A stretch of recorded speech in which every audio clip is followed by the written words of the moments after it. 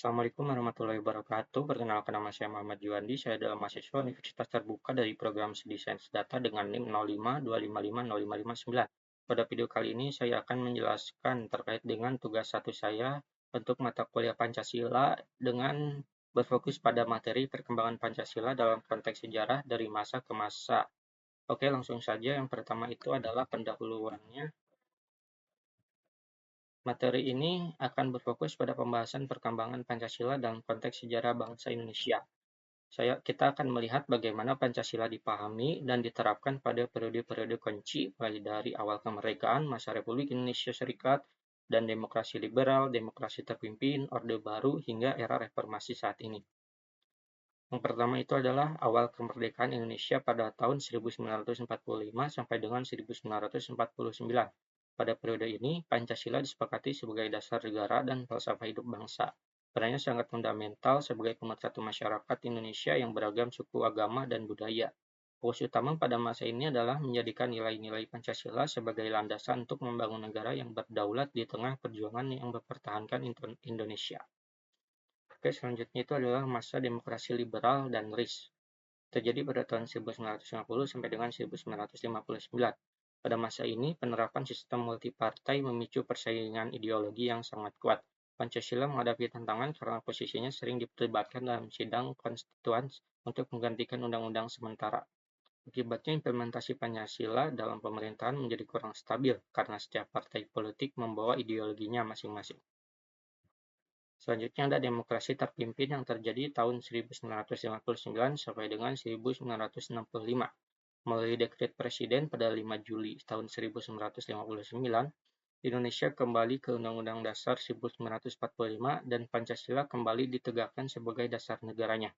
Namun pada era ini, penafsiran Pancasila cenderung terpusat sesuai dengan gagasan Presiden Soekarno. Pancasila diidentikan dengan konsep Nasakom, nasionalis, agama, dan komunis, sebagai upaya untuk menyatukan kekuatan politik yang ada di Indonesia. Selanjutnya adalah Orde Baru pada tahun 1966 sampai dengan 1998. Pemerintahan Orde Baru menetapkan Pancasila sebagai asas tunggal dalam kehidupan berbangsa dan bernegaranya. Nilai-nilainya disosialisasikan secara terstruktur melalui program P4. Meskipun tujuannya baik untuk stabilitas, penafsiran Pancasila pada masa ini bersifat seragam dan terkadang digunakan sebagai alat untuk melegitimasi kekuasaan pemerintahannya. Selanjutnya yang terakhir itu adalah masa era reformasi dari tahun 1998 sampai dengan sekarang. Memasuki era reformasi muncul cara pandang baru terhadap Pancasila sebagai ideologi yang terbuka. Pancasila tidak lagi ditafsirkan secara kaku, melainkan digali kembali nilai-nilai dasarnya untuk menjawab tantangan zaman yang lebih kompleks.